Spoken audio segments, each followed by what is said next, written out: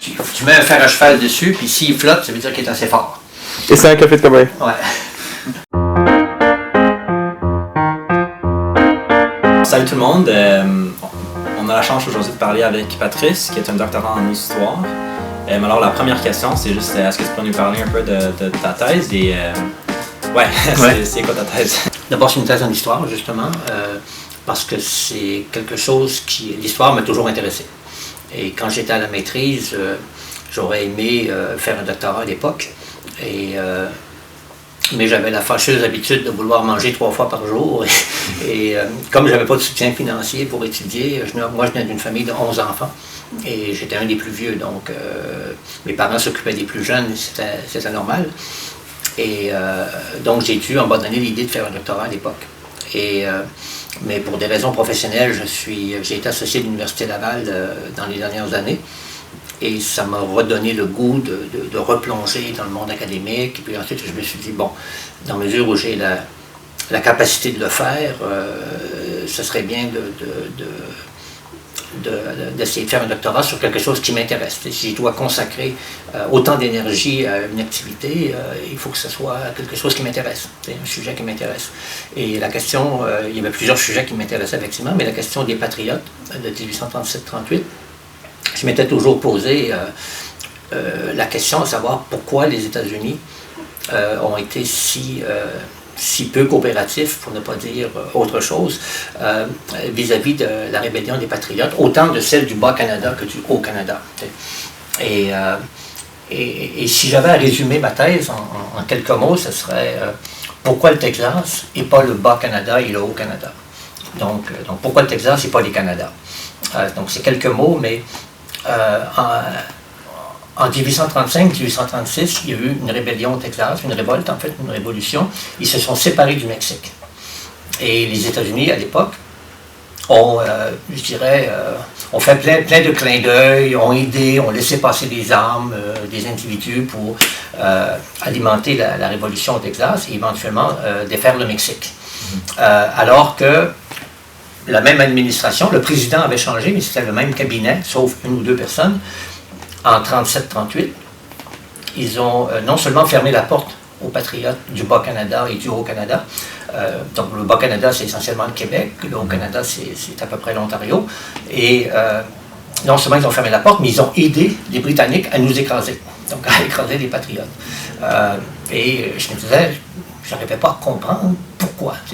À l'époque, naturellement, je n'avais pas fait autant de lectures que j'ai pu en faire par la suite. Et j'en suis venu à émettre l'hypothèse que c'est à cause de ce qu'on appelle l'oligarchie esclavagiste. Donc, il y a un mot en anglais qu'on utilise beaucoup, slave power. Le slave power, c'est en fait le fait que des détenteurs, des hommes qui étaient des esclavagistes, qui avaient des esclaves aux États-Unis, détenaient l'essentiel du pouvoir au sein du gouvernement fédéral américain. 70% et même plus des présidents avant la guerre civile étaient des gens du Sud, détenteurs d'esclaves, les secrétaires d'État, les présidents de la Chambre, les membres de la Cour suprême des États-Unis, ils étaient partout, ils contrôlaient l'appareil fédéral américain. Et pour eux, donc, c'était excessivement important parce que c'est l'appareil fédéral qui protégeait le droit à la propriété. Et les esclaves étaient malheureusement reconnus comme une propriété, donc des êtres humains.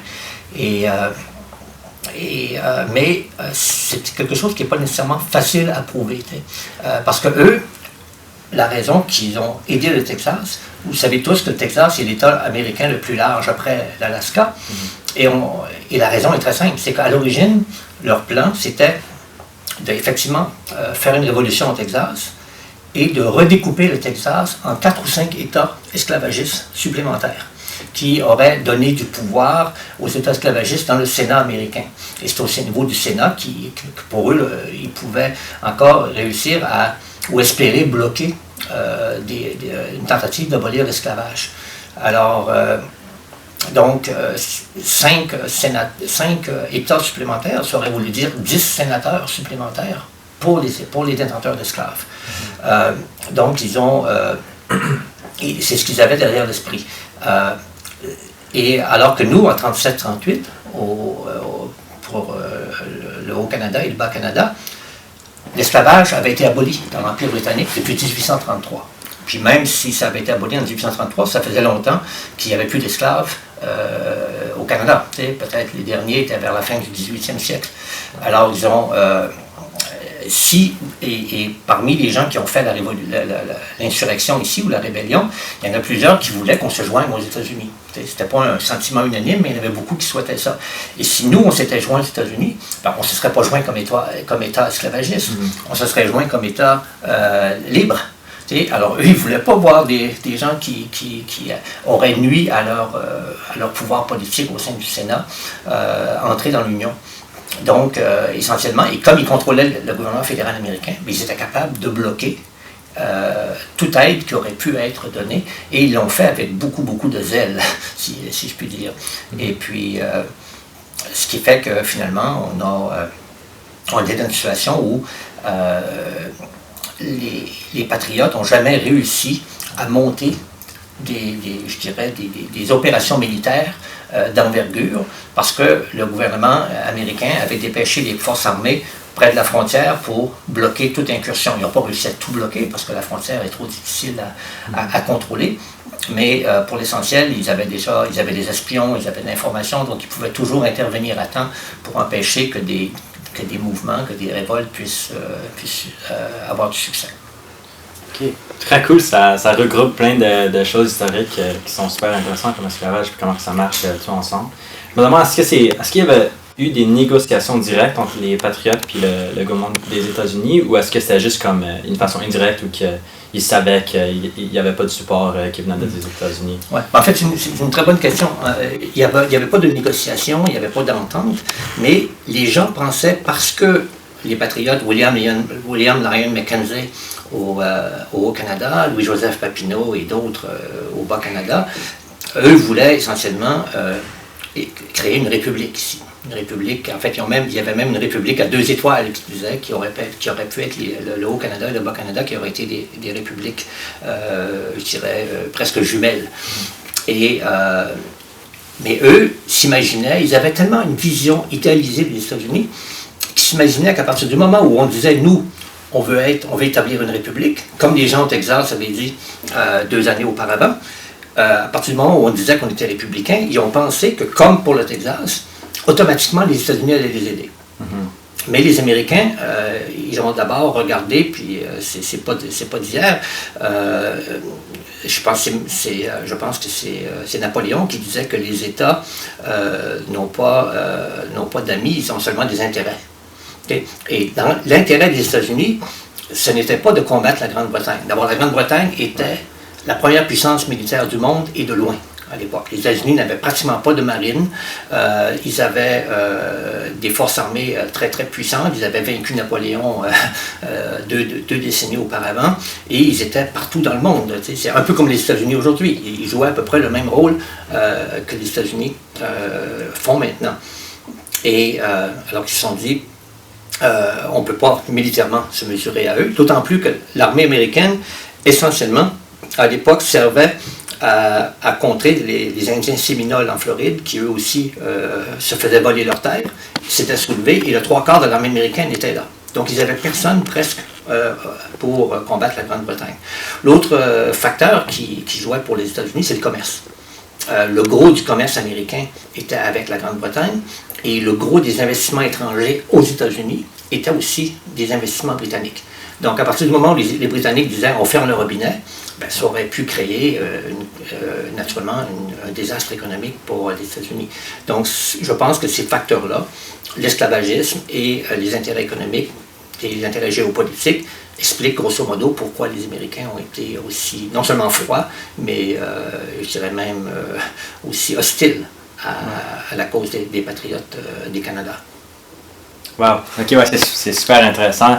Je trouve que je suis chanceux d'avoir la chance de parler avec toi, parce que les autres TSUQN c'était plus scientifique, et là, vu que j'étudie l'économie, je peux tout comprendre, puis c'est super intéressant. J'ai pas trop de questions à propos de votre thèse, parce que vous avez très bien expliqué tout comment ça a marché. Ouais. Peut-être une chose que je pourrais ajouter, c'est que l'étude que je fais, l'approche et l'hypothèse que j'ai établie personne ne l'a fait à date. Donc c'est une espèce d'histoire comparée à l'échelle continentale, puis ce qu'on appelle aussi de l'histoire enchevêtrée, ou de l'histoire croisée. Donc c'est l'histoire croisée du Texas, du Canada, avec les États-Unis et le Mexique en Amérique du Nord. Ça ne s'est jamais fait sur cette base-là parce que historiquement, les rébellions au Canada ont été étudiées par des historiens canadiens en regardant uniquement le contexte canadien ou à la rigueur le contexte britannique. Les Américains, eux, ne s'intéressent pas à l'histoire de personne d'autre que leur propre histoire. Tu sais. Alors ça, c'est une autre chose. Et personne ne s'intéresse à ce que les Mexicains pouvaient bien penser aussi. Tu sais. Donc, mais moi, c'est la première fois que quelqu'un regroupe l'ensemble de ces choses-là pour combler, dans le fond, un vide historiographique. Parce que moi, je pense qu'on peut beaucoup mieux comprendre un conflit comme celui-là si on prend un regard global plutôt qu'un regard qui est fermé, qui est étanche avec des frontières nationales, qui, dans le fond, ne voulait pas dire grand-chose de toute façon à cette époque-là. C'est un défi important, mais parce que ça n'a jamais été fait, ben, à partir du moment où, si j'arrive à démontrer mon hypothèse, ben, ça devrait, je dirais, peut-être brasser un petit peu l'historiographie là, telle qu'on l'a, des rébellions telles qu'on l'a toujours perçue. Je me demandais pourquoi tu as choisi de venir à Paris pour travailler sur ta thèse au lieu de peut-être les États-Unis ou que... C'est une autre très bonne question. Au départ, j'ai effectivement voulu aller aux États-Unis. Et pendant 2 ans, j'ai essayé de trouver une université américaine ou en fait un directeur de thèse et une université américaine qui était prêt à m'accueillir. Le problème, c'est que les États-Unis, les universités américaines qui vont chercher des très très gros frais de scolarité, ne sont pas adeptes des co-tutelles. Et moi, je voulais faire une co-tutelle parce que j'avais déjà ma maîtrise à l'Université Laval, puis je ne voulais pas avoir une maîtrise et un doctorat de l'Université Laval. Mais là, si j'ai un doctorat de 2 universités, mettons une américaine ou une française, ça m'aurait intéressé. Mais à un moment donné, quand j'ai vu que les Américains n'étaient pas vraiment intéressés, il y a quelqu'un à un moment donné qui était intéressé, mais il allait prendre sa retraite, donc il dit « je ne peux pas vraiment vous diriger ». Quand j'ai vu que ça ne pourrait pas fonctionner avec les États-Unis, ben, je me suis dit, ma meilleure option, c'est la France. D'abord, le Québec a une entente avec la France, comme l'Italie, comme d'autres pays européens qui ont une entente avec la France pour les co-tutelles. Donc, c'est très facile, il y a un accord cadre. Ben, très facile. Il y a beaucoup de petits problèmes administratifs, là, mais on peut passer à travers, on peut réussir. Et ce qui fait en sorte que, puis en plus, ben, les frais de scolarité sont quand même très, très abordables, autant au Québec qu'ici. Alors, ça nous permet de réaliser des choses comme ça. Et j'ai été chanceux de tomber sur ma directrice ici en France, qui est une spécialiste de l'esclavage aux États-Unis, justement. Okay. Et donc, elle peut vraiment me conseiller sur cet aspect-là. Et mon directeur de thèse au Québec, lui est un expert de l'histoire québécoise et de l'histoire, je dirais, au plan de la justice, au plan légal et tout ça. Donc j'ai vraiment 2 directeurs de thèse, un directeur et une directrice qui se complémentent beaucoup. Alors oui, les États-Unis, ça aurait fait plein de sens si ça avait été possible, puis j'aurais été content, j'aurais été heureux de le faire aux États-Unis, puis ça aurait eu beaucoup plus de sens parce que les archives auraient été beaucoup plus proches. Parce que moi, j'ai déjà fait un peu un survol des archives. J'ai des archives en Nouvelle-Angleterre, j'en aurais à New York, j'en aurais en Pennsylvanie, j'en aurais en Caroline du Sud, j'en aurais au Texas, à Mexico. Donc, j'ai des archives dans beaucoup d'endroits que je dois absolument consulter. Et si j'avais pu travailler à partir d'une université américaine, ben, ça aurait été beaucoup plus facile. Là, ça va vouloir dire beaucoup plus de déplacements. Puis là, je me prépare, j'ai eu des bourses, et je me prépare à la fin de l'été ou à l'automne prochain pour passer plusieurs semaines aux États-Unis dans différents sites d'archives pour essayer de trouver ce que je cherche finalement. Est-ce qu'il y a des trucs que tu utilises pour aller plus vite? Parce que je peux m'imaginer que s'il y a tellement de documents à lire, ça peut prendre tellement de temps. Moi, je ne suis pas doctorant, alors je ne sais pas exactement comment ça marche quand tu fais des archives. Ben, quand on va dans des archives qui sont bien organisées, ils ont toujours des archivistes en chef ou d'autres membres du personnel qui souvent connaissent beaucoup ce qu'il y a à l'intérieur. Donc on peut s'adresser à eux pour nous diriger vers les bons fonds d'archives. En ligne, c'est sûr, sur Internet aussi, il y a beaucoup de choses qui ont été numérisées, qu'on peut trouver avec des recherches, avec des mots-clés et tout ça, qui peuvent nous diriger vers certains documents. Ça aussi, ça aide beaucoup.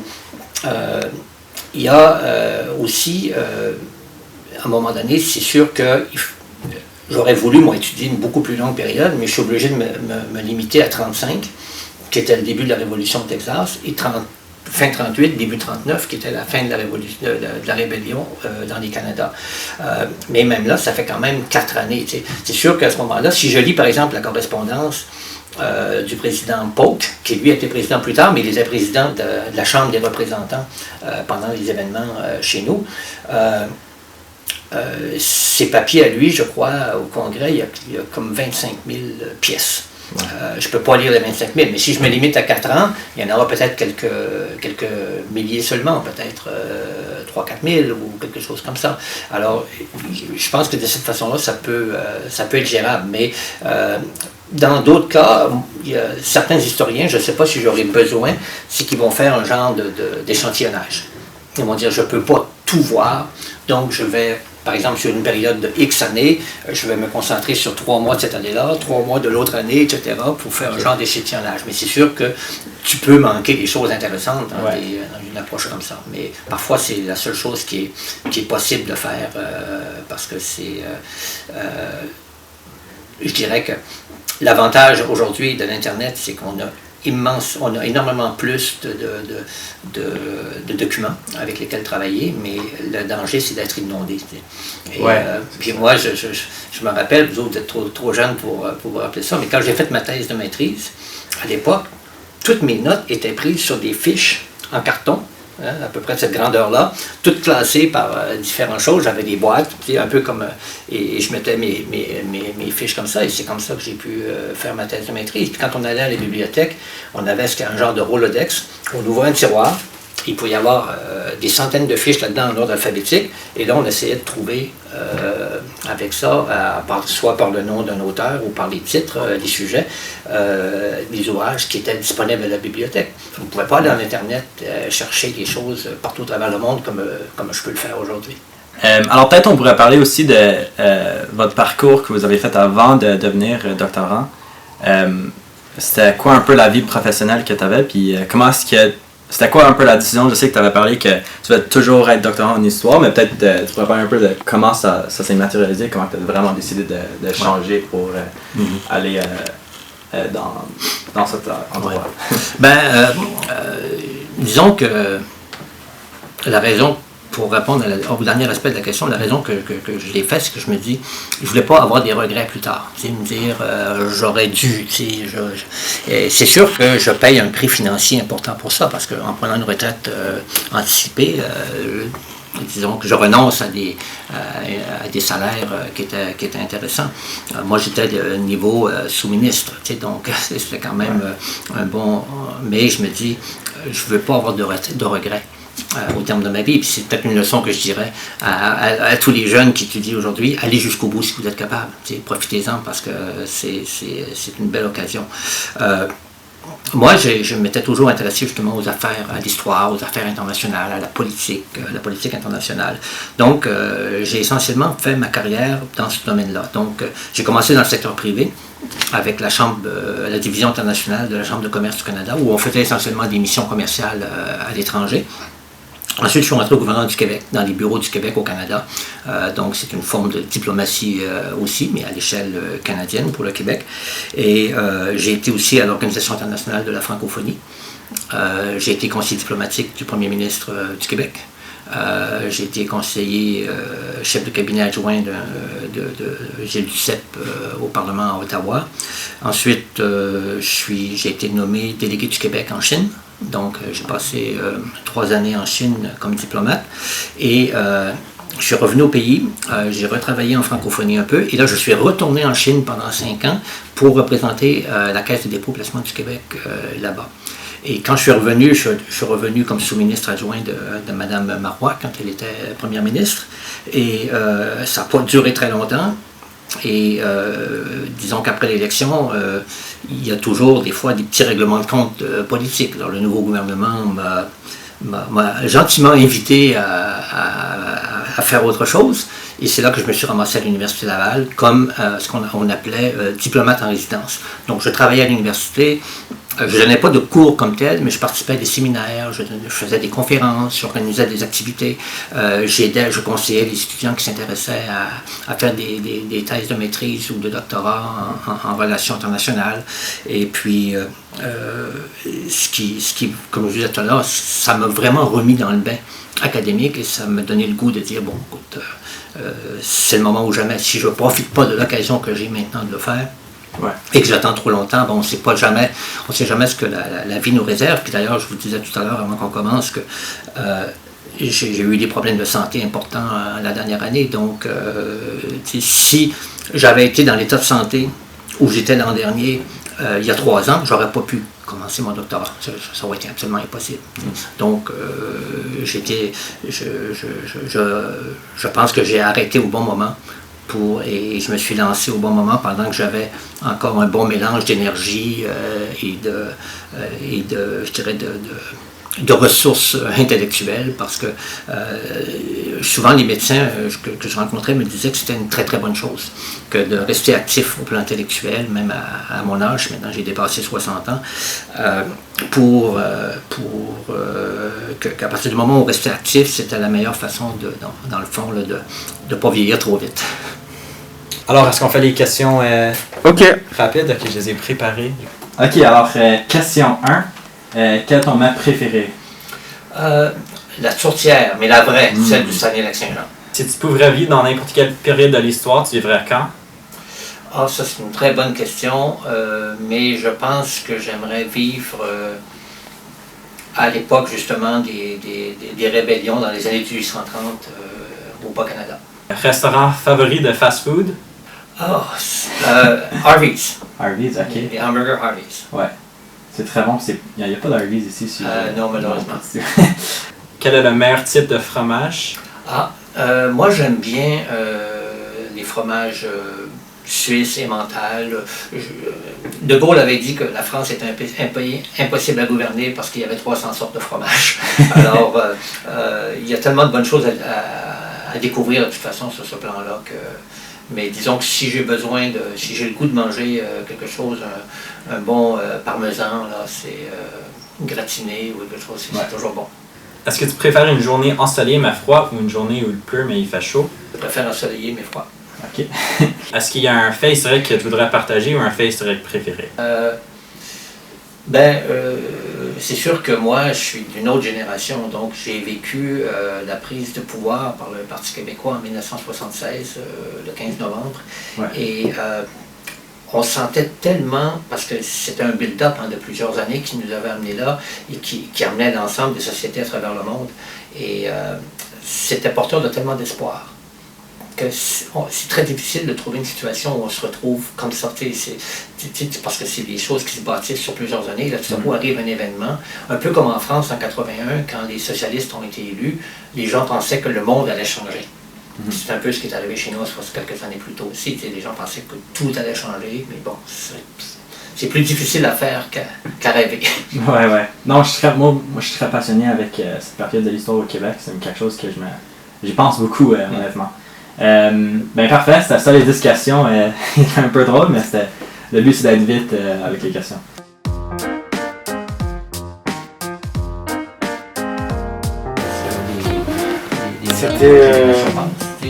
C'était de la grande cuisine. La grande cuisine. Du grand café. On plaire dans la politique, puis ce qui est déjà, je pense. Alors,